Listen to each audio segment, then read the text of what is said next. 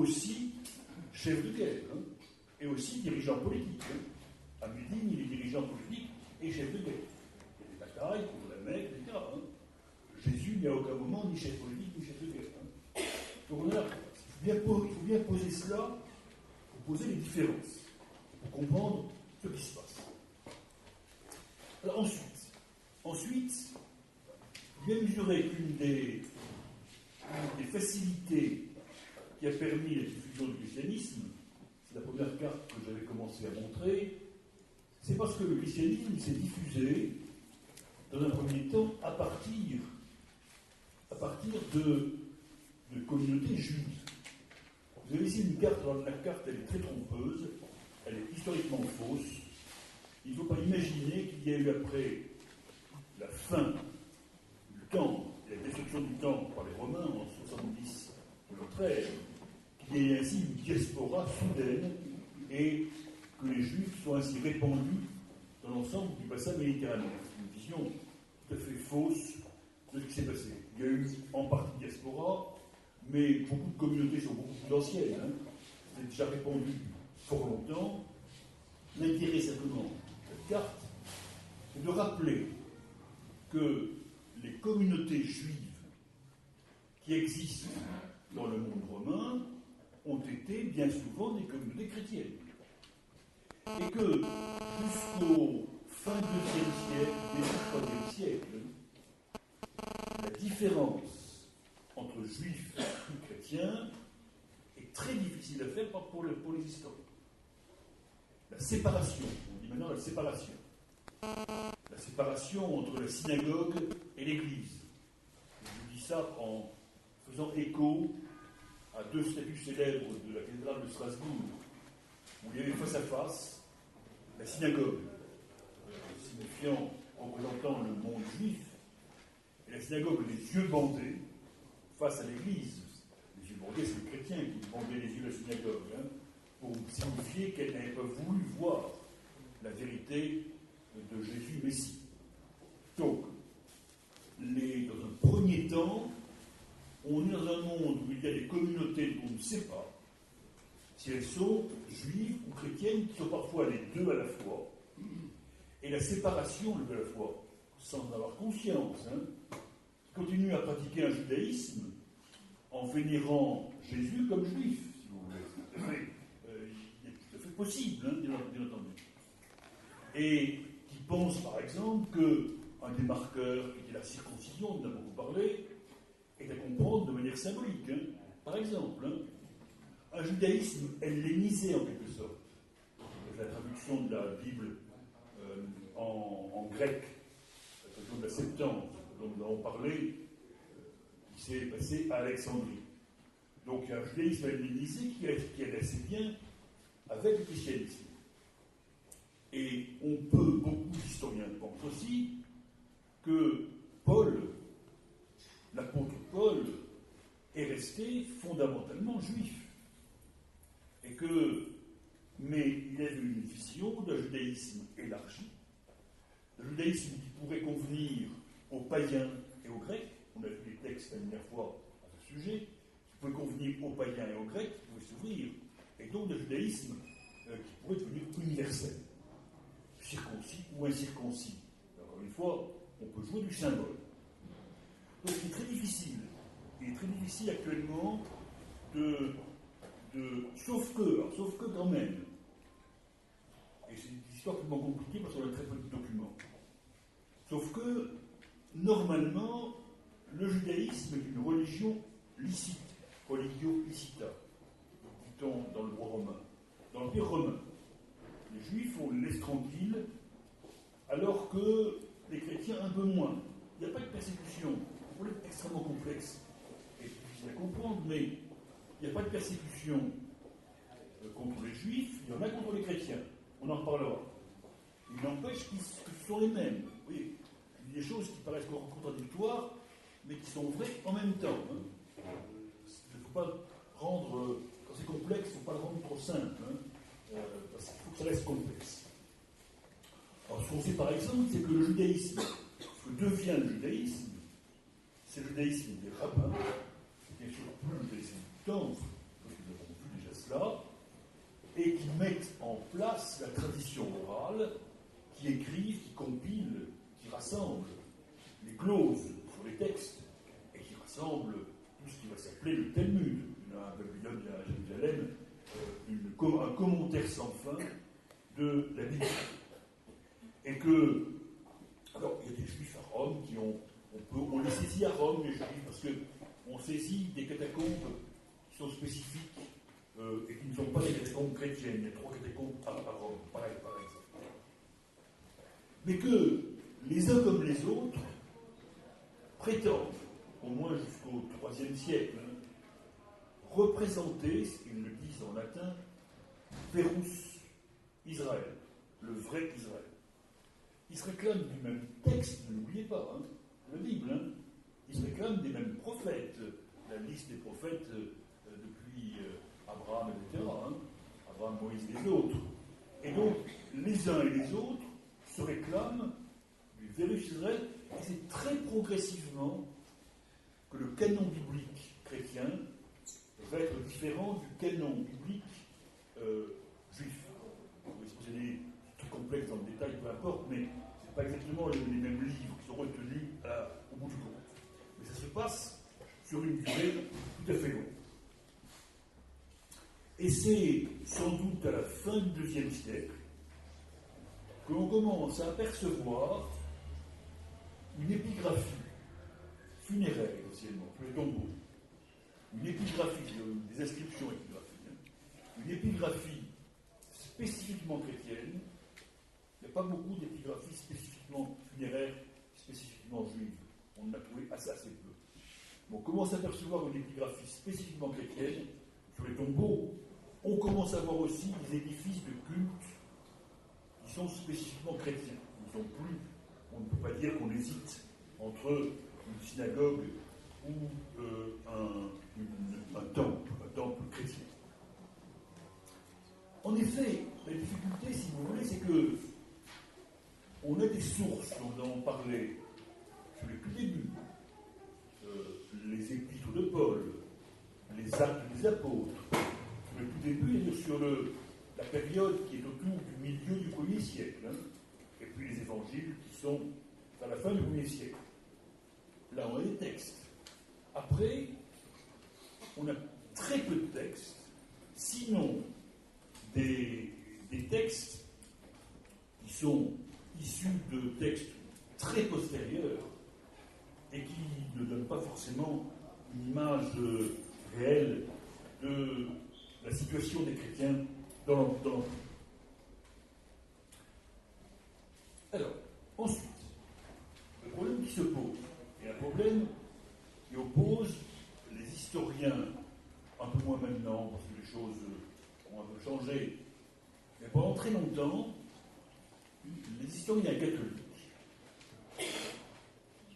disaient qu'au moment de la conversion de Constantin, 313, disons, début 4e siècle de notre ère, au moment de la conversion de Constantin, l'essentiel, une partie importante, les formules varient, de la population était déjà gagnée au christianisme.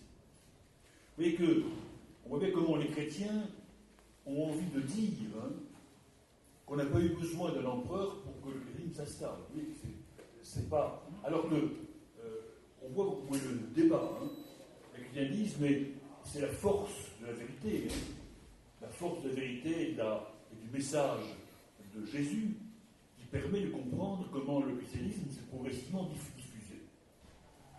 Alors que les travaux les plus récents ont tendance à montrer que, au début du IVe siècle, les chrétiens sont encore très minoritaires. Et d'abord parce que on a, pour le IIIe et pour le IVe siècle, et encore pour le IVe siècle, des indices très très nombreux sur la permanence des cultes païens. Le IVe siècle même, en principe, l'Empire devient progressivement chrétien, les cultes païens sont toujours là. Nous verrons, mais Constantin est resté grand pontife. Dans les autres sources, On a par exemple les inscriptions, je l'ai dit, mais les inscriptions funéraires, si on en a, des inscriptions funéraires, on en a en Asie mineure, hein, on a des inscriptions funéraires, on a à Rome des inscriptions funéraires, on n'a aucune inscription funéraire chrétienne avant le IVe siècle en Afrique du Nord. Ça ne veut pas dire forcément qu'il n'y a pas eu de chrétiens, mais on fait les sources que l'on a. On a ensuite des sources littéraires, mais les sources littéraires sont écrites après. Et elles énumèrent des choses sur lesquelles on n'a pas forcément de vérification historique. Alors, je prends un exemple quand même. On a retrouvé, il n'y a pas tellement longtemps, on est en Afrique du Nord et on est à Cirta. Cirta, c'est actuellement Constantine, en Algérie. La ville de Cirta, capitale romaine de la Numidie. Il y avait eu à Cirta, on est en 305. Après, et c'est lié à la persécution qui a précédé la conversion de Constantin, au début du siècle. Il y a eu une perquisition dans des églises. Et on a créé le document, on a trouvé le procès-verbal de la perquisition. C'est un document extrêmement rare. Hein. Et à partir de ce procès-verbal de la perquisition, on peut dire qu'il y avait un évêque, 4 prêtres, 24 membres du clergé inférieur aux prêtres, et que, toutes choses égales, une population de 20 à 30 000 habitants à Constantine, on pouvait évaluer les chrétiens, Constantine, début 4e, peut-être à 1 millier ou 2 milliers de chrétiens. 10% de la population. Un peu plus, un peu moins, peu importe. Hein. Bon, en tout cas, une minorité. Et il n'y avait que l'Église. À cette date. On a aussi les listes épiscopales. Mais les listes épiscopales, parce que quand, au IVe siècle, Constantin aimait bien rassembler les évêques. Nous parlerons tout à l'heure du concile de Nicée, très célèbre concile de Nicée. Alors, les listes épiscopales, à partir du concile d'Arles, le premier grand concile, rassemblement des évêques, je répète, en 314, puis le concile de Nicée en 325, on a là un nombre d'évêques notables, une centaine d'évêques en Asie mineure. Vous devez comprendre que ça paraît énorme. En réalité, il y avait, dans le christianisme primitif, un évêque par cité. Un évêque par cité, et non pas un évêque par diocèse. Le diocèse n'existait pas. 100 évêques en Asie mineure, alors, 200 évêques en Afrique du Nord, croissance considérable, une centaine en Égypte, etc. Et beaucoup moins en Italie, à part Rome, en Gaule, très peu, en Gaule, 30 évêques, et très peu aussi en Espagne. Donc, inégalité de la diffusion du christianisme. Et le nombre d'évêques en Afrique du Nord s'explique parce qu'en Afrique du Nord, il y a un nombre considérable de cités. Alors, à partir de cela, on voit aussi comment ça augmente la tendance dans le temps. J'ai quelques chiffres pour l'Égypte. Fin 2e siècle, 192, il y avait, semble-t-il, un évêque en Égypte. Et puis encore seulement 4 en 220. Et puis une centaine en 300. Vous voyez, le rythme s'accélère, mais s'accélère vraiment au 3e siècle. Donc c'est vrai, ça s'accélère avant que Constantin ne se convertisse. Hein. Il reste quand même qu'au temps de Constantin, les chrétiens sont une minorité. Le problème de Constantin ensuite. Le problème de Constantin, je reprends ici le texte dont je vous ai parlé tout à l'heure. Voilà. Je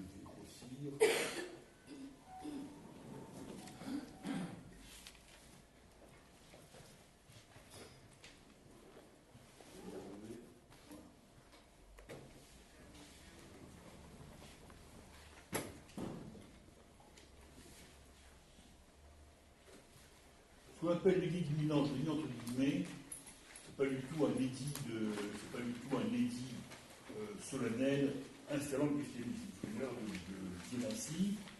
Ce qu'on peut dire sur Constantin, c'est que traditionnellement, ce qu'on raconte, c'est qu'il y a eu une bataille au pont Milvius, 312, la date est ici, et qu'il y a eu une conversion personnelle de Constantin.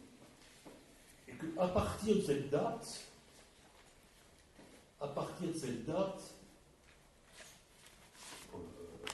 excusez-moi, mais c'est pas compliqué. On me demande si je fais ça. À partir de cette date, il y a les insignes chrétiens apparaissent dans l'armée, essentiellement d'abord. Je cherche le document que je vais trouver. Voilà. Ce qui apparaît,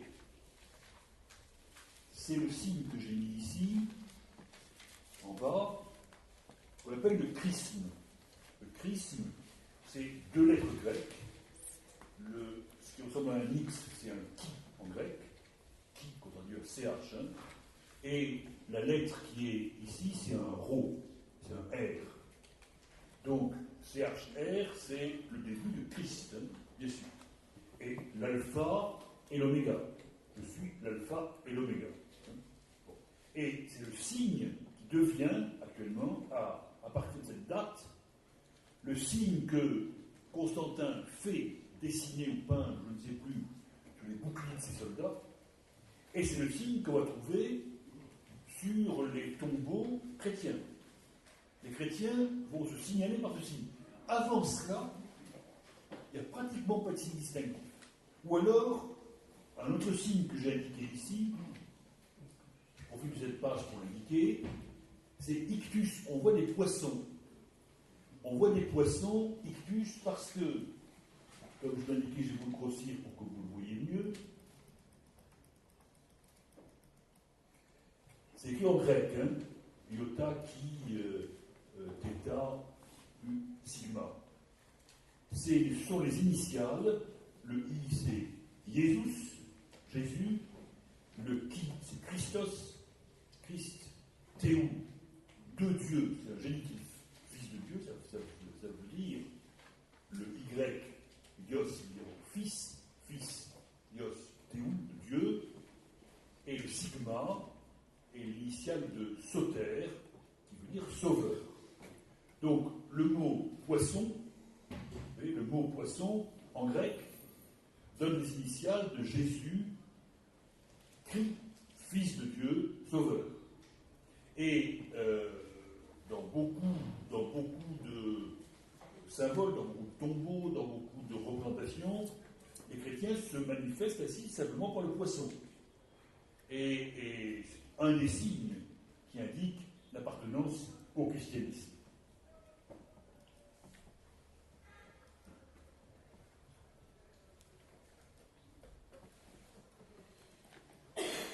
Alors, je reviens à Constantin.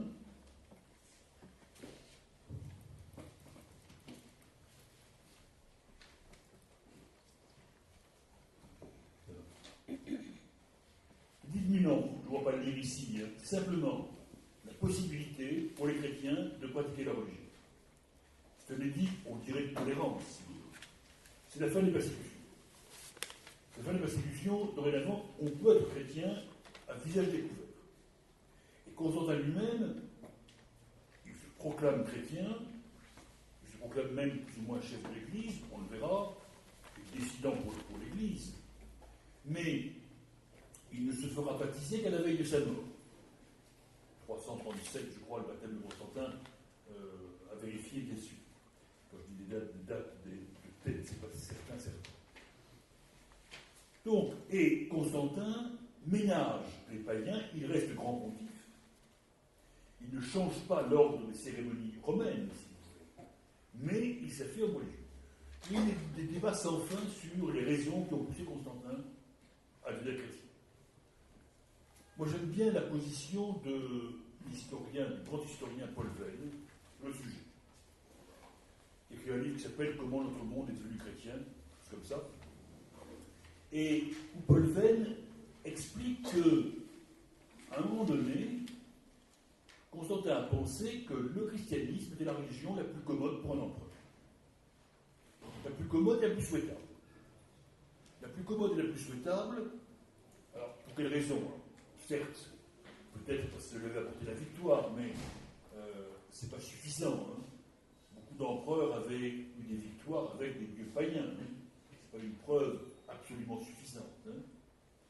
Mais parce que ça s'accommode sans doute un seul Dieu correspond. Alors c'est moi qui le dis, Paul Venn ne le dit pas exactement comme ça, je reprends ce que je dis, c'est à mon compte.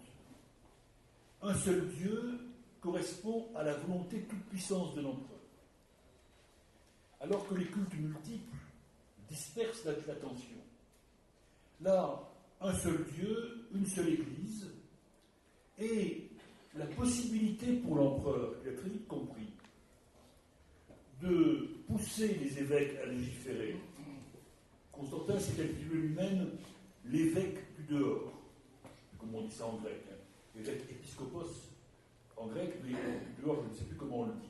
Mais évêque du dehors, c'est ainsi que Constantin se nommait lui-même, comme ayant une fonction en dehors de l'Église, mais comme ayant une fonction essentielle. Là. Alors, c'est important de souligner cela, parce que, vous voyez que, je le disais en commençant, mais j'y reviens, le christianisme n'a pas eu à se séparer du pouvoir temporel. Ça s'est passé au point de départ comme ça. Hein. Le christianisme existe, et puis le pouvoir temporel s'installe et devient chrétien. Donc il y a César et Dieu, différenciés, dès le point de départ. Hein. Mais le christianisme n'a pas eu à l'imposer, la situation l'a imposé. Ce qui n'était pas évident, si vous voulez, c'est que les empereurs se mettent, et après les rois qui ont succédé aux empereurs, hein, se mettent à légiférer ou à appuyer l'Église. Alors, il reste un dernier point sur cette première période à souligner, dont je n'ai pas encore parlé, ce sont les faits des persécutions. Je ne vais pas vous raconter les persécutions, parce que sur les persécutions, on a un gros problème. On n'a guère que de la littérature édifiante. C'est-à-dire des vies de saints. Alors, Sainte Blandine à Lyon, Théolion, tout le monde a ça en tête, hein, le Théolion, et beaucoup d'autres. Hein. Et on n'a que des sources chrétiennes, très postérieures, très postérieures. Donc, il y a eu des persécutions. Je ne mets pas en doute l'existence des persécutions qui ont existé, on a quand même d'autres sources qui le disent, mais sur leurs origines, sur leurs dimensions, on a beaucoup de difficultés pour préciser. On sait, on a évidemment la dernière fois qu'il y a eu une persécution à Rome en 64 avec Néron, après l'incendie de Rome. On sait que vraisemblablement Pierre et Paul ont sans doute été martyrisés à Rome et exécutés à Rome, mais on n'en a aucune certitude. Hein. Et ensuite, on a des persécutions. Ce qu'on peut dire simplement, c'est qu'elles correspondent au moment de difficulté de l'Empire romain, et il s'agit de trouver des victimes expiatoires, qu'on offre aux dieux, en quelque sorte. Hein. Quand il y a des invasions, quand l'Empire est menacé, quand sur le Limès, sur la frontière, les barbares sont pressants, si vous voulez. C'est pas mauvais d'avoir des victimes expiatoires. Alors, par exemple, l'affaire de Lyon avec l'évêque Potin et Blandine, qui est une esclave, Blandine, c'est en 177. Il y en a eu à Alexandrie en 202. Il y en a eu en 250. C'est la discussion de Dès. La discussion de Dès avec l'empereur DECE, un moment d'invasion. Et il y en a eu ensuite en 257 sous Valérien, avec les réunions interdites. Et il y en a eu enfin une dernière persécution en 303 avec Dioclétien. Alors, ce que je voudrais souligner cependant, c'est que ça va introduire dans les mentalités chrétiennes un culte des saints et des martyrs tout à fait important pour la suite. Je vous donne un tout petit exemple. Le plus ancien texte manuscrit que l'on connaisse écrit en français, qui soit conservé, il y en a d'autres sans doute, hein. Le premier manuscrit écrit en français, il date du IXe siècle. Bon, il n'y a pas de manuscrit en latin, hein, mais le premier écrit en français date du IXe siècle. Ce premier manuscrit est une chanson en l'honneur d'une petite sainte espagnole. J'ai un petit peu, je crois que c'était Eulalie. Je vérifierai, je vous le redirai. Je ne sais pas, j'ai oublié de vérifier avant de partir. Et une petite sainte, alors, avec des récits qui sont des récits identiques pour beaucoup.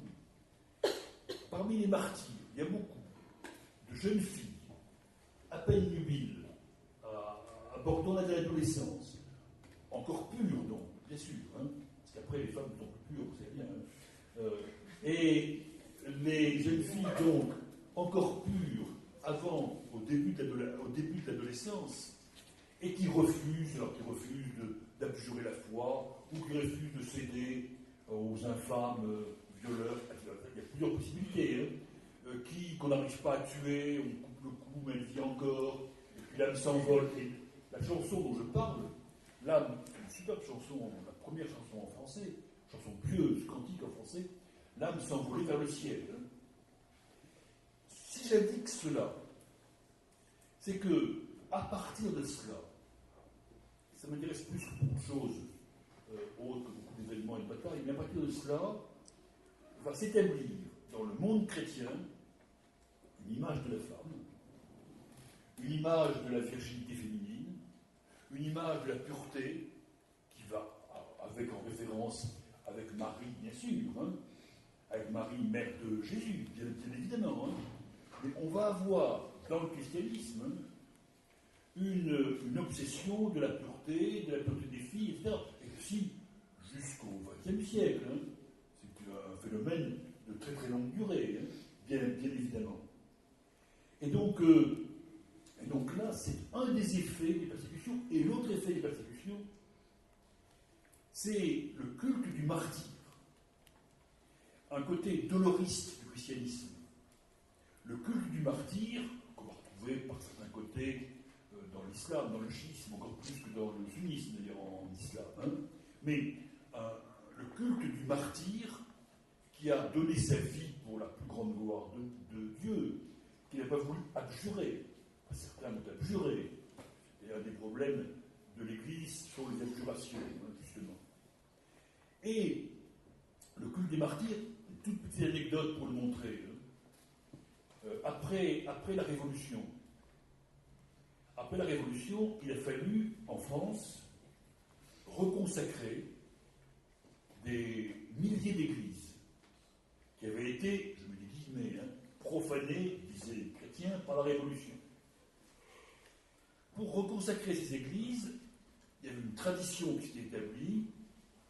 Il faut, dans une église, des reliques de martyrs, ou des reliques de saints, de martyrs essentiellement, dans la pierre d'autel, fixée dans l'autel.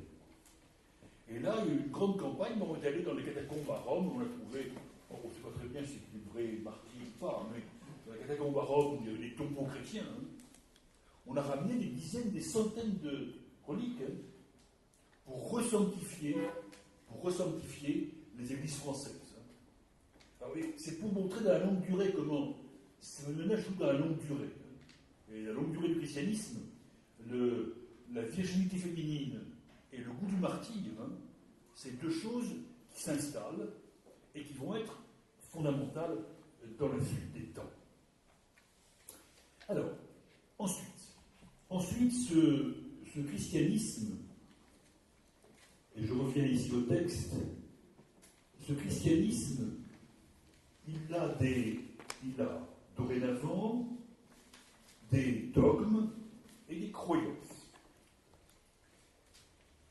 Je vous vous ai mis dans ce document un morceau du symbole de Nicée et de Constantinople. Bon, j'ai indiqué qu'en italique, c'est qu'on a ajouté Constantinople. En effet, Constantin a réuni à Nicée, c'était sur la rive opposée à Constantinople, en Asie mineure, a réuni le plus grand nombre d'évêques à Nicée. Et là, ils ont débattu des erreurs. Et les erreurs, elles portent, et là c'est un point très compliqué et très important à la fois, elles portent sur le phénomène difficile à comprendre, et donc interprété de manière très différente, de la nature, la nature ou les natures, le singulier et le pluriel ne sont pas indifférents, de Jésus.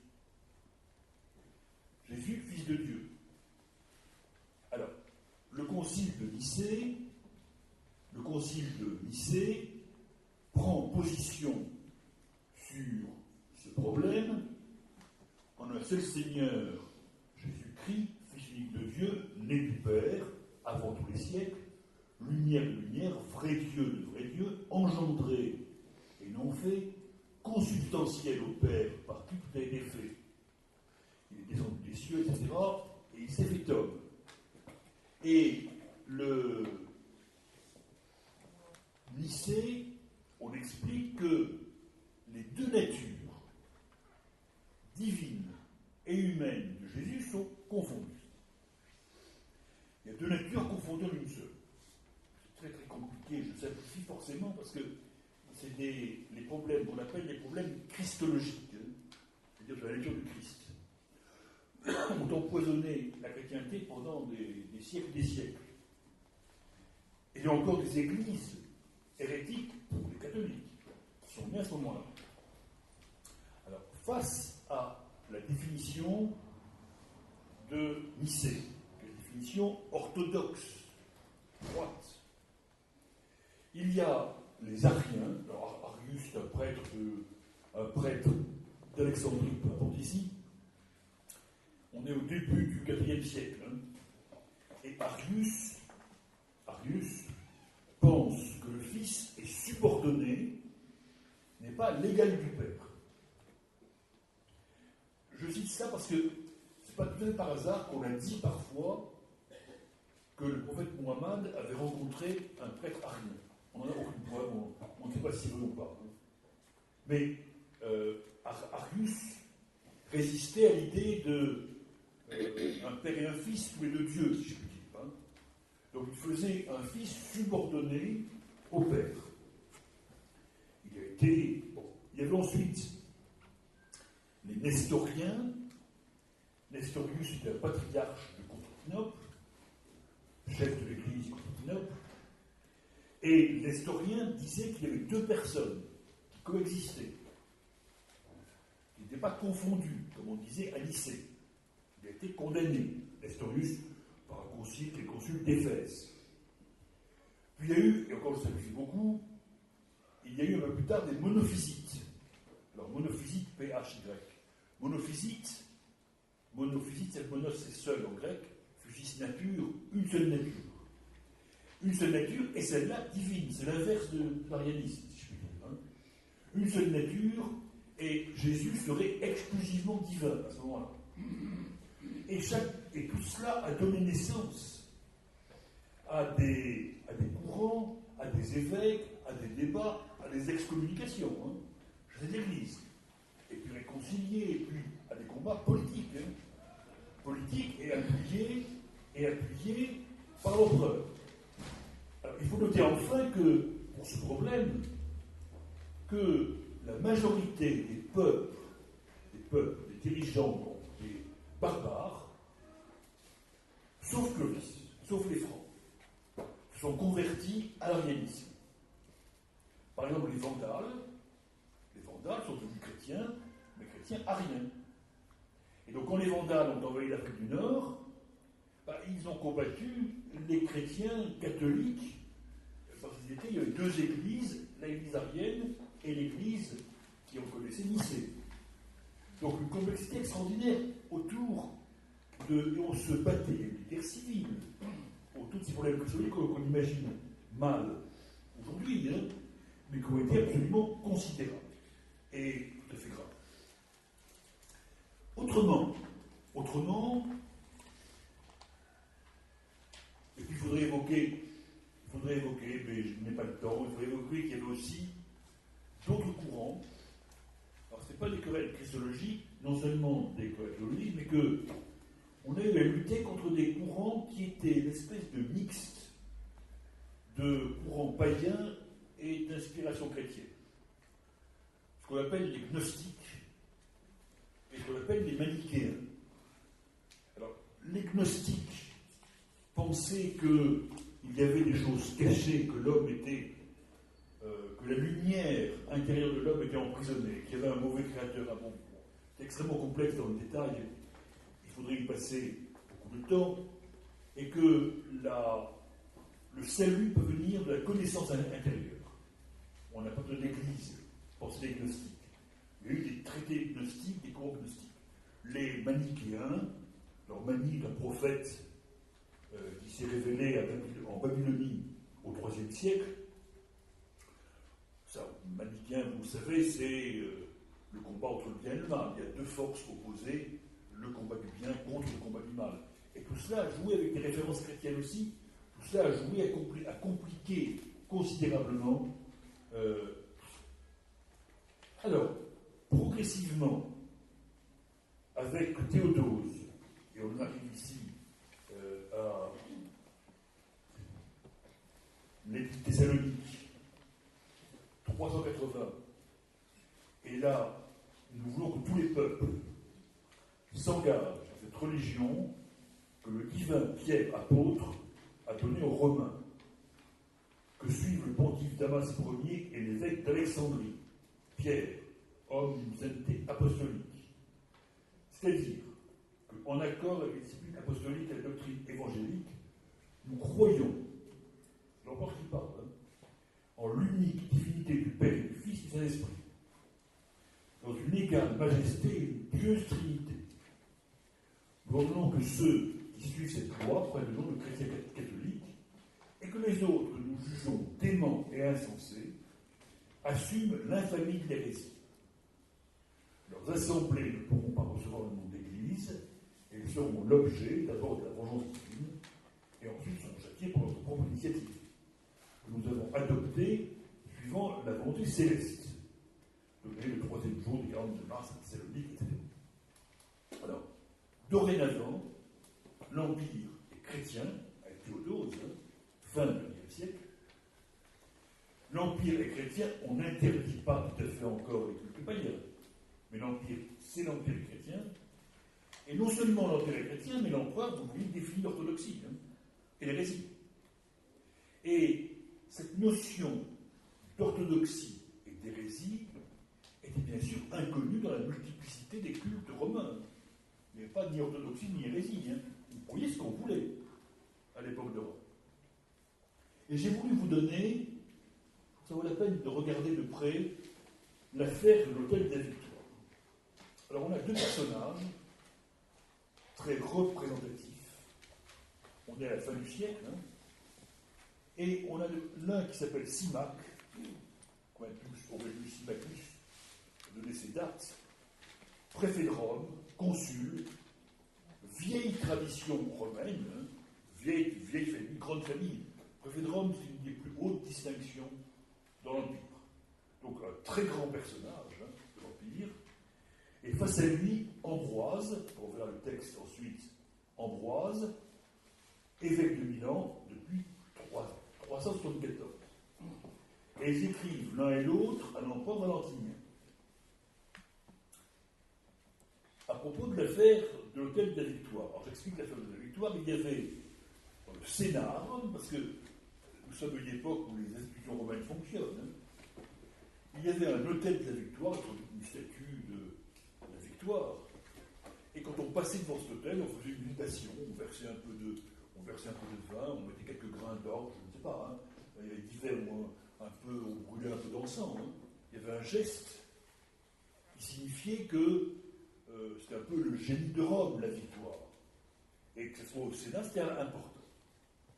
Et l'empereur avait décidé de supprimer l'hôtel de la Victoire. Et Simak proteste en défendant la présence païenne au sein du Sénat. Et voilà comment il le dit, puisque toute explication rationnelle demeure cachée, d'où la connaissance des divinités peut advenir plus correctement que du souvenir et des enseignements des succès passés. Ça veut dire que la seule chose qui soit vraie, c'est la tradition. On ne peut pas rationner. Le religieux est imperméable au rationnel, et donc seule la tradition peut donner le vrai. Vous voyez, l'affirmation est tout à fait intéressante. Hein. Et il continue, dès lors, si la longue durée de notre religion, il faut conserver une foi vieille tant de siècles et suivre nos parents, qui ont eux-mêmes suivi et confiné l'heure. Imaginons que c'est maintenant Rome qui se présente, Rome, l'image de Rome, hein, la déesse de Rome, qui se présente et qui s'entretient avec vous en ces termes. Excellents empereurs, père de la patrie, respectez mon grand âge, auquel m'a conduite la piété de mérite. Puissais-je pratiquer les cérémonies ancestrales? Je n'ai pas en effet regretté. Puissais-je vivre selon ma tradition, parce que je suis libre? C'est ce culte qui est soumis l'univers à mes lois, sur ces sacrifices, sacrifices, élévation, etc., qui ont repoussé Hannibal de mes remparts. On remonte loin, hein. Les sénons du Capitole. N'ai-je donc été préservé contre l'objet de reproche de ma vieillesse? Je verrai ce que vaut son pense de me rétablir, mais tardive et joyeuse. Cette correction de la vieillesse. Nous demandons donc la paix pour le Dieu de nos pères, pour nos dieux nationaux. Ce que tous adorent, il est juste de concevoir comme une seule et même réalité. Sur les mêmes astres que nous contemplons, le ciel nous est commun. Le même univers nous enveloppe. Qu'importe par quelle sagesse chacun cherche la vérité. Mais que ce n'est pas contre le christianisme. Hein. Si on veut chercher la vérité dans Jésus du christianisme, libre à chacun, il ne peut le faire qu'au parvenir d'un si grand mystère par un chemin unique. Ce qu'il rejette, c'est l'orthodoxie, un seul empire, une seule foi, et etc. Et que nous répond Ambroise? Ambroise, c'est un grand personnage de l'époque. Dès que j'ai appris que le clarissime Simak, préfet de la ville, avait fait un rapport à votre Clémence, demandant qu'on remît en place l'hôtel qui avait été enlevé de la curie de Rome, et que vous avez refusé votre approbation à la requête des païens, je vous ai présenté un mémoire. Aujourd'hui, je vais répondre aux intentions de ce rapport. Il met en scène Rome en pleurs, réclamant une voix plaintive, ce qu'il appelle cérémonie ancestrale du culte. Sur ces rites, dit-il, qui ont repoussé Hannibal de vos remparts, et les sénons du Capitole. Les sénons sont les Gaulois. Mais en vantant la puissance de ces rites, ils trahissent leur faiblesse. Hannibal a donc longtemps insulté la religion romaine, et il est parvenu en vainqueur jusqu'au dos de la ville, en dépit des dieux qui combattaient pour lui. Que dirais-je des sénons? Les restes de l'armée romaine n'auraient pas pu résister à leur arrivée au problème du Capitole si une loi, vous savez, c'est la fameuse loi du Capitole qui a prévenu l'arrivée des Gaulois, hein, si une loi nous avait trahi son glissement effrayé.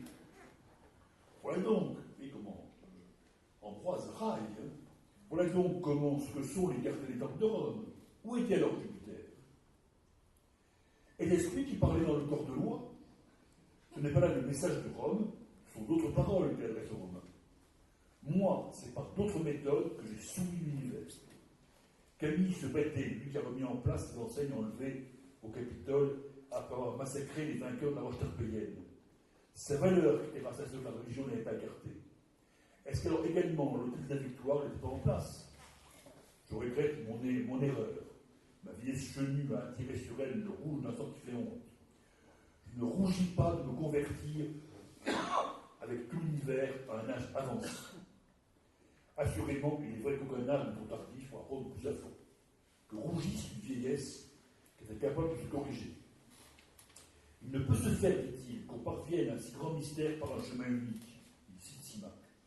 Ce que vous ignorez, nous avons appris à le connaître par la voix de Dieu, et ce que vous cherchez par des conjectures, nous l'avons découvert à partir de la sagesse même et de la véracité de Dieu.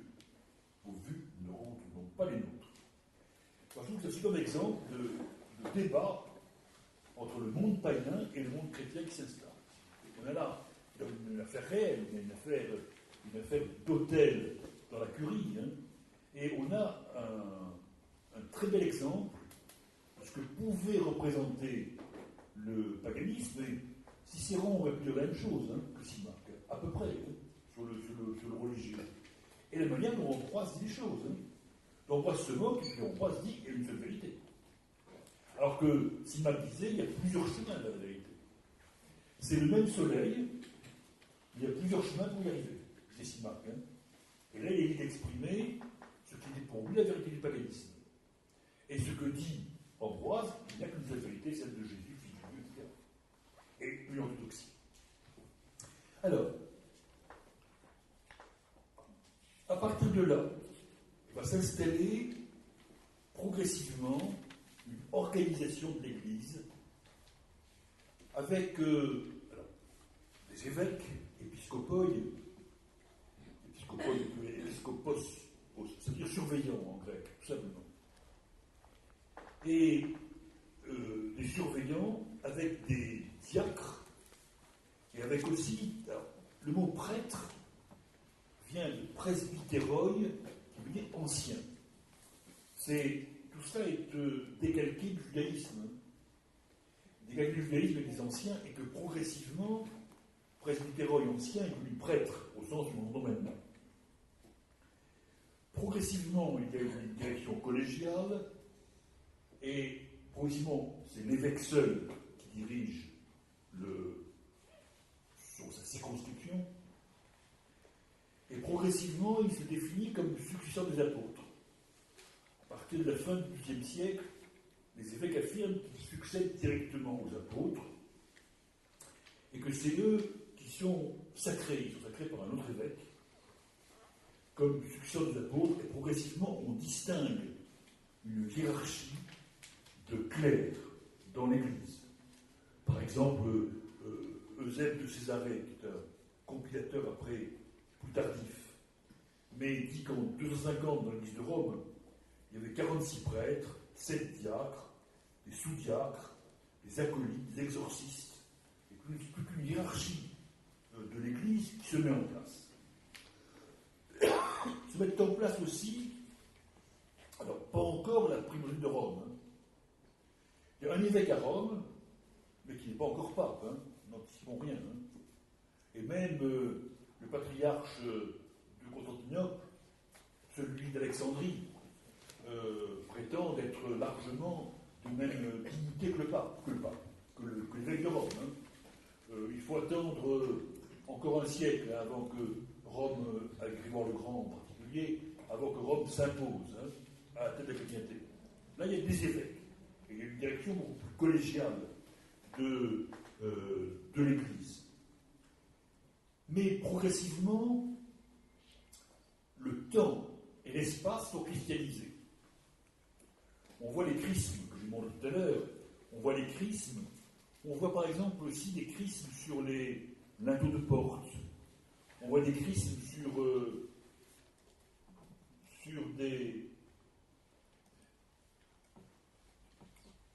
les tombeaux. Je vais vous montrer par exemple, là c'est une résurrection. C'est les deux soldats attendent la résurrection et c'est le symbole du qui et le ro, hein, avec les colombes très souvent associées. C'est la façade d'un sarcophage que vous avez là. Progressivement aussi, on voit apparaître des lieux spécifiques. Je l'ai parlé au tout début de ces séances, avec un plan basilical, hein, avec un baptistère, et avec aussi des inhumations de martyrs et la préférence. Beaucoup de chrétiens souhaitent être inhumés à proximité de la tombe des martyrs. Donc on a je vous montre d'autres ici. Voilà, par exemple, cet arbre ici, un chrisme, avec l'alpha et l'oméga, sur un sarcophage aux Aliscans à Arles. On voit progressivement donc des signes dans l'espace et la volonté d'être enterré près des saints. J'ai parlé du rôle des martyrs, je n'y reviens pas ici. Et que progressivement aussi, c'est après Théodose, fin du siècle, il y a un passage, les temples païens offraient le droit d'asile, on appelle asile, un privilège d'inviolabilité. Par exemple, quand on était poursuivi pour dette, quelquefois on pouvait se reprendre pour des choses banales comme celle-là, on se réfugier dans un temple. Progressivement, ce sont les églises qui accordent le droit d'asile. Il y a un transfert, si vous voulez. Il y a un transfert, puis progressivement, le temps est lui aussi christianisé. On choisit Pâques. Alors Pâques reste mobile comme la Pâque juive. Mais c'est en 300, c'est à partir de 3e, 4e siècle, on fête Noël, la naissance de Jésus, le 25 décembre. La décision est prise très tardivement. Et les pratiques des chrétiens, elles sont d'abord, l'essentiel pratique, c'est le baptême. Et le baptême n'est pas du tout comme ensuite un baptême des petits-enfants. Au contraire, puisque le baptême purifie, on a intérêt à se faire baptiser le plus tard possible, c'est ce qu'a fait Constantin. Puisque, juste avant de mourir, c'est l'idéal. Puisqu'on monte au ciel purifié, et à ce moment-là, on vous ouvre grandes les portes du paradis. Je vous conseille, c'est comme ça qu'il faut faire. Mais on risque de faire des péchés, on n'est pas sûr de ne pas faire des péchés graves. On dit Constantin qui a beaucoup massacré, une composition d'une épouse, etc. C'est pour ça qu'il a attendu très longtemps pour se faire baptiser. Et il y a un catéchuménat, ça donne des catéchismes ensuite. Le catéchuménat, c'est le temps d'instruction, longue instruction avant d'être baptisé. Et avec des veilles, des pénitences, etc. Et on baptise à la veille de Pâques en général, à la veille du symbole de la résurrection, et le catéchumène renonce à Satan, c'est encore dans le rite du baptême, mais là c'est le parrain qui renonce au nom du petit enfant. On renonce à Satan et à ses œuvres, et on peut alors accéder à l'Eucharistie. Sur l'Eucharistie, on ne sait pas grand-chose, 1er, 2e, 3e siècle. Ça se met en place, on ne sait pas très bien exactement à quel rythme et selon quelle modalité. On sait simplement que progressivement, dans les cérémonies d'Eucharistie, il y a lecture de textes Ancien Testament et textes du Nouveau Testament. Puis, il y a une partie aussi, on exclut après la lecture ceux qui ne sont pas baptisés, les catéchumènes n'ont pas droit à pratiquer l'Eucharistie, ils ne sont pas baptisés encore. Et on exclut aussi les grands pécheurs. Il faut être pur pour l'Eucharistie. Et pour l'Eucharistie, on a une description à peu près du rite à partir du IVe siècle. Le prêtre dit une prière sur le pain et le vin, sur des offrandes apportées par les fidèles, et il y a progressivement une sacralisation croissante.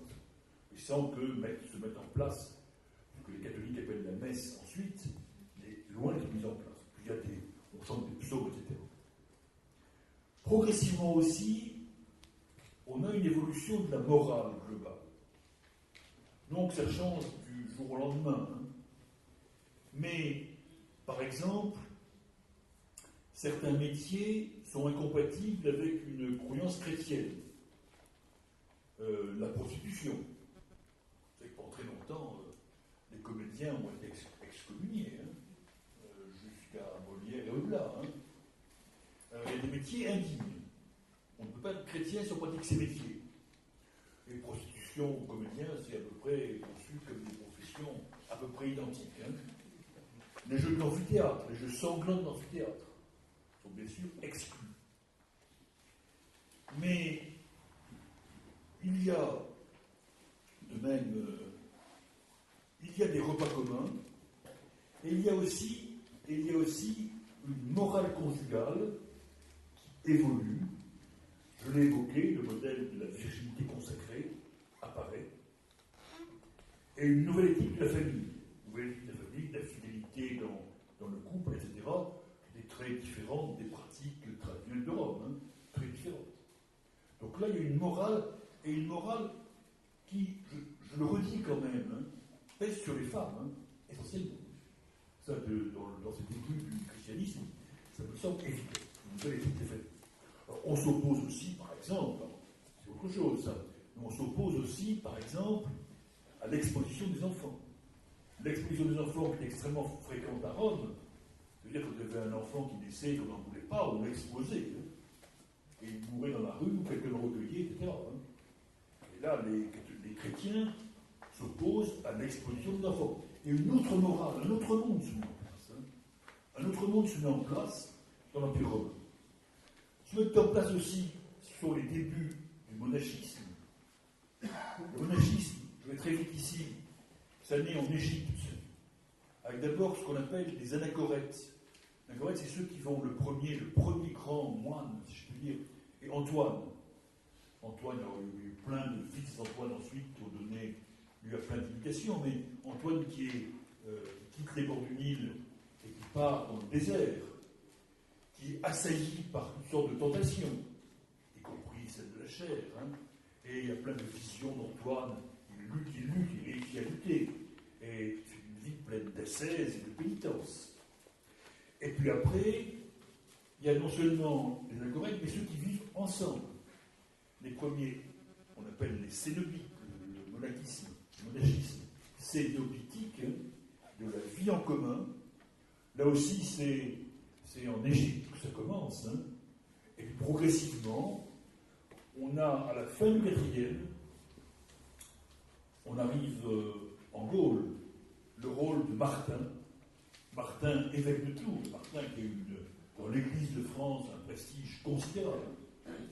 Martin, c'est lui qui a coupé en deux son manteau, des soldats qui a coupé en deux son manteau. Il y a plein de la géographie de la vie de Martin de Tours, et qui a beaucoup converti, etc., et qui a créé aussi les premiers monastères. Hein. Et puis Honorat dans les îles de l'Airain, pour donner un autre exemple occidental. Hein. Plus tard, on aura Benoît, qui va fonder la règle de Saint-Benoît, et là, c'est tout l'essor du monachisme occidental. On n'en est pas encore là. Donc, toute une autre vie hein, qui s'installe, ascèse pénitence avec... et le rôle des moines, c'est de faire pénitence non seulement pour eux-mêmes, hein, non seulement pour leur salut, mais pour l'ensemble des fidèles. Hein. Ce qu'on appelle, ils prient pour l'ensemble des fidèles. Et ils aident les fidèles à gagner leur salut. Je voudrais enfin, et puis je réponds éventuellement à vos questions, évoquer trois personnages qui sont de même génération, qu'on appelle des pères de l'Église, et qui sont tous les trois. Ambroise, que j'ai déjà signalé, est né en 340.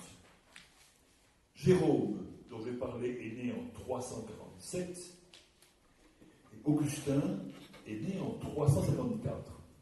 Et je vais quand même vous les montrer non pas dans des images d'époque. La plus ancienne que j'ai une mosaïque d'Ambroise qui est postérieure à sa vie, mais qui doit dater du 5e siècle. Hein. Mosaïque, puisque Ambroise est évêque de Milan. Alors, puisque je commence par lui, c'est le plus âgé. Hein. C'est une famille de hauts fonctionnaires romains, Ambroise. Et c'est même dans la haute fonction publique romaine, il a plein d'alliances familiales.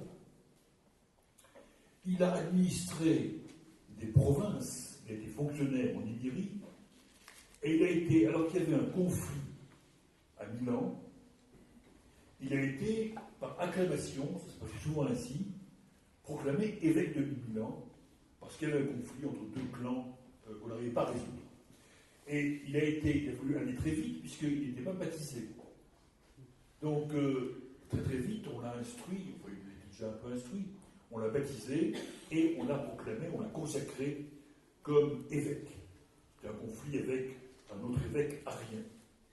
Et il était évêque de 374 à 397. On a vu tout à l'heure le rôle d'Ambroise aux côtés de Théodose. Je vais dire quelques mots un peu plus longs autour de Jérôme et d'Augustin. Je ne trouve plus ma fiche. J'ai perdu Jérôme. Mais je vais la retrouver. Non, j'ai perdu Jérôme. Alors je vais inventer Jérôme. Je vais d'abord vous parler d'Augustin. Et entre-temps, je retrouverai Jérôme, sans doute. Augustin est né en 354, pardon. Il est mort en 430. Il n'est pas indifférent de dire qu'il est mort pendant le siège d'Hippone, et que le siège d'Hippone, à l'est de l'Algérie, sur la côte, et que Annaba maintenant Hippone, et que le siège d'Hippone était conduit par les Vandales.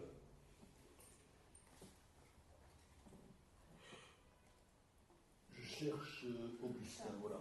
Alors, ce que je vous montre d'Augustin, c'est des images bien postérieures. Il s'agit ici d'un tableau de Carpaccio montrant Augustin au travail. Je dois avoir autre chose sur Augustin, si je me souviens bien.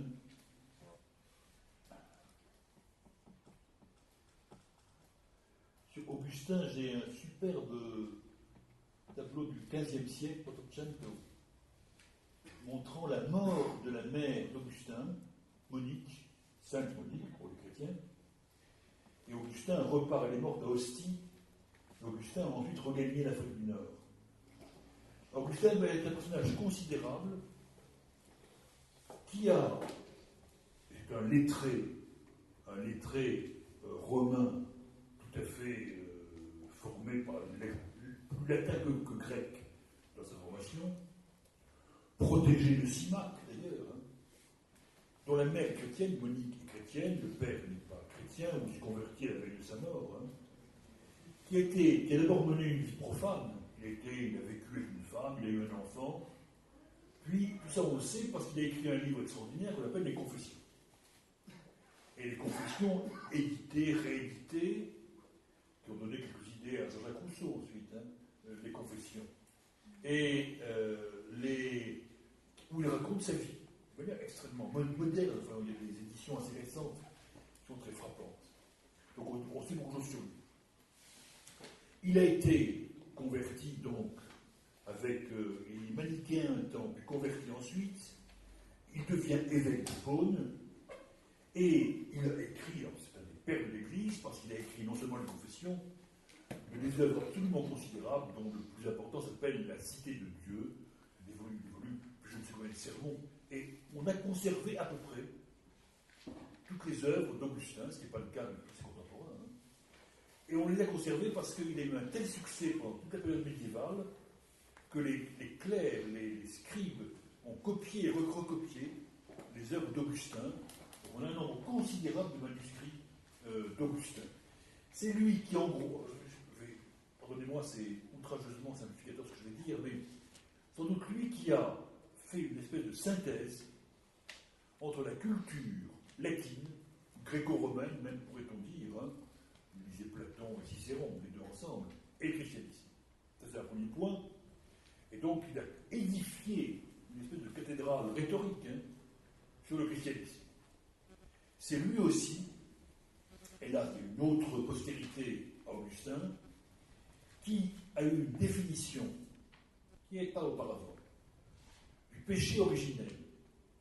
Le péché originel, le péché d'Adam, qui touche tous les hommes, et le péché originel avec Dieu, Jésus plutôt, Fils de Dieu, dont le sacrifice rachète les hommes. Mais pour Augustin, pour que les hommes soient rachetés, ils ont besoin de la grâce de Dieu. Et les problèmes de la grâce, on est ici avec Augustin, on en reparlera peut-être dans quelques temps, mais on est aux origines du jansénisme, avec Augustin et du rôle de la grâce indispensable. Est-ce que la grâce veut dire, mais il y a un débat sans fin ici, s'il faut la grâce pour être sauvé, est-ce que ça veut dire que les hommes ne sont pas libres? Voilà le problème. Est-ce que ça veut dire qu'il y a prédestination? Puisque Dieu donne sa grâce à qui il veut. Donc on a un débat là, considérable, à partir d'Augustin. Alors j'ai retrouvé Jérôme, né en 347, et il est né, lui, dans une région qui est actuellement l'actuelle Croatie. Je voudrais vous montrer, quand même, parce qu'il est très beau, il y a de très beaux représentations de Jérôme. J'ai 3 Jérômes. Ici, Caravage. Vous avez reconnu. Alors Jérôme, c'est intéressant parce que Jérôme qu'on prend toujours avec en intellectuel, mais intellectuel ascète, qui médite sur la mort, le crâne. On le retrouve toujours avec la pourpre. Et on en fait, et dans d'autres images que je vais vous montrer, là c'est celle du Caravage, mais j'en ai d'autres.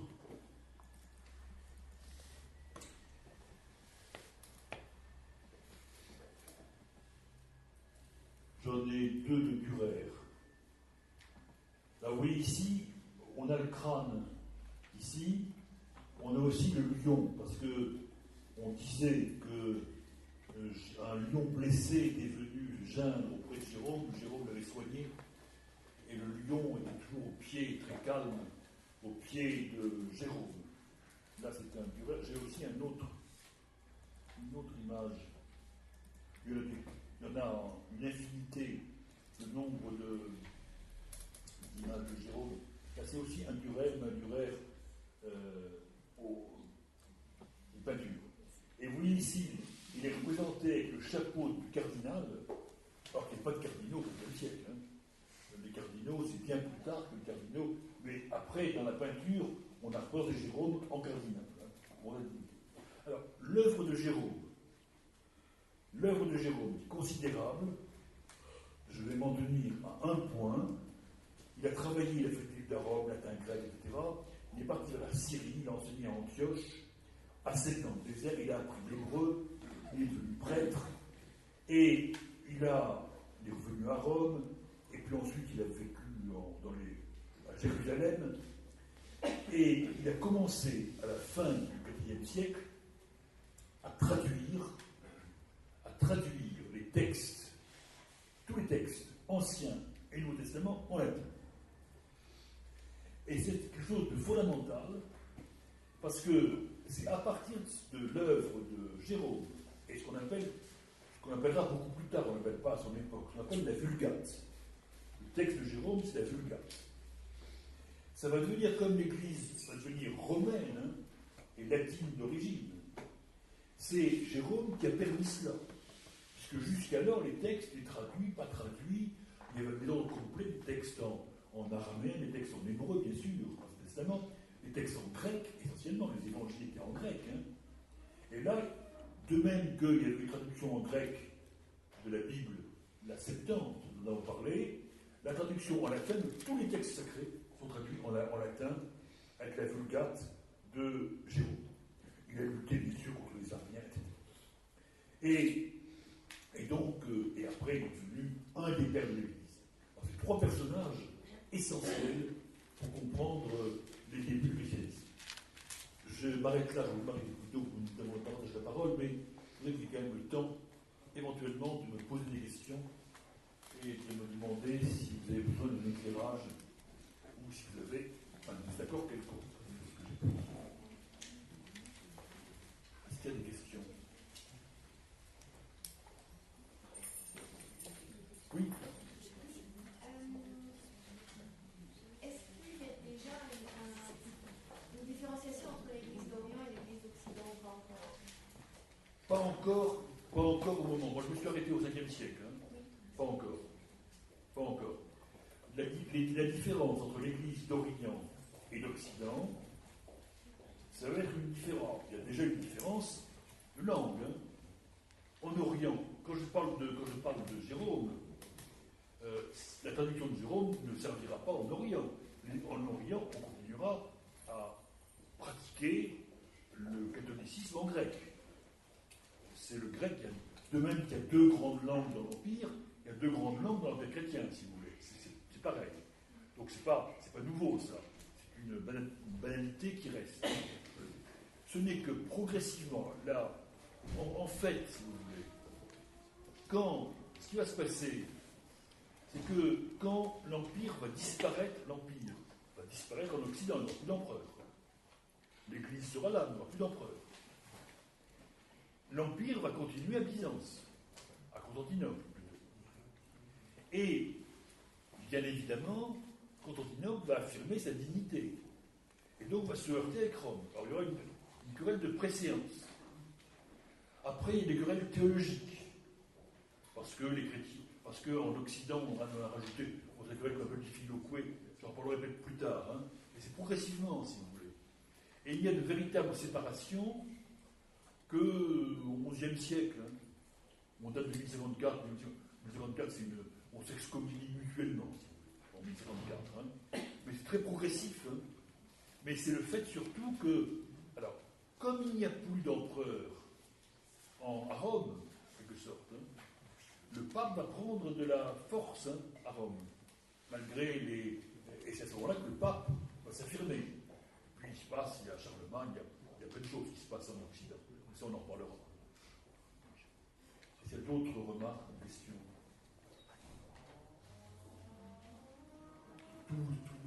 C'est-à-dire qu'on voit bien qu'en fait, que ces années 300 ont été primordiales, si j'ai bien compris. Qu'est-ce qu'on peut dire par rapport à la population, en fait Alors, vous avez ce qu'on peut dire par rapport à la population, j'aurais dû vous le dire. Vous avez raison de me poser la question. Dans un premier temps, vous regardez le texte de Tacite que je donnais à l'époque de Néron. Tacite dit, on est au 1er siècle, hein, que c'est les plus basses classes de la société qui sont chrétiennes. Alors, on se rend compte que on a ça comme information. Hein, et on trouve souvent Blandine, on nous dit que Blandine à Lyon, 170 et quelques, est esclave. Et puis, quand on arrive à Jérôme, Ambroise et Augustin, c'est des notables. Hein, et que, à la fin du IVe siècle, ceux qui ne sont pas chrétiens, d'abord, c'est des paysans. Des paysans. Vous savez bien que le mot païen est forgé sur paganus, qui veut dire paysan. Hein. Et que, en réalité, alors, classe sociale, ce que je veux dire, c'est que le christianisme est une religion des villes. Le christianisme est une religion des villes. Alors, villes, j'ai dit 10-20% au début du XXe siècle. Après, on peut donner des chiffres. Hein. Peut-être la majorité des villes sous Théodose. Peut-être la majorité dans les villes. Mais les campagnes ne sont pas christianisées. Hein. Et Martin à Tours, par exemple, va passer son temps à extirper les coutumes païennes. On n'a pas fini d'ailleurs d'extirper les coutumes païennes. On continue jusqu'au XVIIe ou XVIIIe siècle parfois à christianiser, hein, les coutumes païennes. Donc, c'est à peu près ce qu'on peut dire, si vous voulez. Et alors, en plus, la difficulté vient des querelles christologiques, qu'il y a des ariens, et ça complique bien sûr les choses. Hein. Parce qu'en gros, les souverains barbares, hein, ils ne voient pas autrement que leur peuple de la même religion qu'eux. Hein. Ils ne peuvent pas penser autrement. Ils ne pensent absolument pas autrement. Hein. Il n'y a aucune. Ce qui est disparu, c'est une espèce de tolérance religieuse, païenne, qu'on a bien vu avec Simac, hein, et Ambroise. Hein. Mais sur une sociologie plus précise du christianisme, hein, dont on aurait besoin, on aurait envie de savoir. Hein. Ce que je peux dire, alors, j'anticipe. Hein. Si je prends ce qui se passe avec Clovis, fin 7e siècle, hein, bataille de Clovis. Clovis, chef des Francs. Son père est païen, mais fonctionnaire romain, puisque tous ces gens-là sont plus ou moins entrés en Rome. Les barbares sont en Rome déjà. Hein. Un homme comme Clovis, les hauts personnages de l'époque de Clovis sont les évêques. Quand il n'y a plus d'empire, quand ça s'est effondré, ceux qui tiennent le coup, ceux qui sont lettrés, qui portent la littérature toujours, hein, qui portent la paix civile, hein, qui essaient d'apaiser les conflits, sont les évêques. Et donc ce sont les hauts personnages. Hein. Et Clovis, dans les textes que l'on a, ben, il cherche à se rapprocher des évêques. Hein. Et il cherche à rentrer dans une forme d'aristocratie romano-chrétienne. Hein. Alors, on connaît aussi, encore même au 5e siècle, il y a encore des païens, hein, des lettrés païens. Hein. Ozone, le poète bordelais Ozone, on pense aussi d'autres. Hein. Il y a encore les païens n'ont pas tout à fait disparu. Hein. Mais il y a une force d'attraction d'une aristocratie qui fait que, de proche en proche, si vous voulez, l'aristocratie devient, les couches dirigeantes deviennent chrétiennes, hein, progressivement. J'ajoute, excusez-moi, quelque chose, c'est pas ce qu'on m'a demandé, mais je me rends compte que j'ai oublié de dire quelque chose qui me semble important, cependant, parce que j'ai oublié les communautés juives en route, hein, si je peux dire, hein, elles sont toujours là. Et je veux dire que les premières mesures d'exclusion des Juifs viennent de Constantin. C'est-à-dire, quand Constantin devient chrétien, il y a les premières mesures d'exclusion des Juifs. Là, la différence est faite. Après Constantin, la différence est faite, clairement faite. Hein. Et que progressivement, parce que l'antijudaïsme, faites attention à ne pas mélanger antijudaïsme et antisémitisme. Une différence fondamentale. Hein. Nous parlons ici éventuellement d'antijudaïsme, hein, c'est-à-dire contre la religion. Il n'y a pas de trace d'antisémitisme au sens où ensuite, vous savez, c'est le 19e siècle, le 20e siècle, ils ont mis ça en tête, si je dis l'antisémitisme. Hein. Là, c'est l'antijudaïsme. Et les chrétiens, il n'y a pas d'antisémitisme chez les chrétiens, il y a de l'antijudaïsme. Hein. Et l'antijudaïsme chrétien est plus tardif que l'antijudaïsme politique. Hein. On commence par des exclusions de différentes fonctions, etc., assez classiques dans le monde romain, à partir de Constantin que progressivement les empereurs mettent des restrictions aux pratiques de certains métiers, à l'exercice de certaines fonctions pour les juifs. Mais il y a toujours des communautés juives. Hein. Je vous rappelle que les juifs, essentiellement dans l'Empire, hein, tout le judaïsme de l'Europe orientale va se créer quand les royaumes occidentaux vont chasser les juifs, qui vont se réfugier à l'est de l'Europe. Hein. Et le judaïsme askénaze, hein, d'Europe centrale, c'est après ce mouvement qui a chassé les juifs d'Europe occidentale. Hein. Le premier a été Louis IX, hein, le Saint-Roi. Est-ce qu'il y a d'autres... oui. Quelle différence faire entre antijudaïsme et antisémitisme? Antijudaïsme, c'est religieux. Ouais. On est contre la religion. Antisémitisme, une portée raciale. Contre les juifs? Enfin, contre ceux dont on prétend qu'ils représentent une race. Parce que scientifiquement, la race n'existe pas. Scientifiquement, l'idée de race est une idée absurde. Hein. Mais Hitler a développé un antisémitisme. Voilà, clairement, si vous voulez. En disant que la race juive corrompait la race aryenne dont il prétendait qu'elle était faite d'Allemagne. Hein. Donc, ce n'était pas tant contre la religion, Hitler, que contre la race. C'est la différence. Il faut distinguer les deux choses, si vous voulez, parce qu'il n'y avait pas de racisme anti-juif dans le monde chrétien à l'époque dont je parle. Hein. Oui, il y a pu l'avoir. Hein. C'est clair? D'autres choses? Juste oui. pour la canonisation, tout ce qui est entre la Bible, comment ça s'est passé? Si on regarde l'Ancien Testament, comment ça s'est fait? C'est progressivement, si vous voulez. C'est progressivement, à l'époque où nous parlons, au IVe siècle, c'est à peu près fixé. Les Bibles chrétiennes telles qu'elles existent, telles qu'on peut les acheter actuellement, si vous voulez, hein, ont été fixées au IVe siècle. À peu près. Je l'appelle le canon. Le canon. Les évangiles, c'est un peu plus tôt, c'était fixé au 2e, 3e siècle. Hein. On a écarté, la dernière fois, on a parlé des évangiles apocryphes, qu'on a écarté. Alors, c'est le 2e siècle. Pour l'ensemble, au 4e siècle, ça me refait.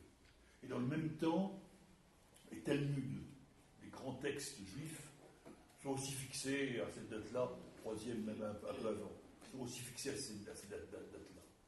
Chacun a ses textes à ces dates-là, même si ce sont les mêmes. Hein. Mais chacun a ses textes. Oui. Je voulais juste savoir l'origine du mot antisémitisme. Voilà, le mot, ça vient de anti. Ça vient d'où L'étymologie du mot antisémitisme. Anti, c'est contre.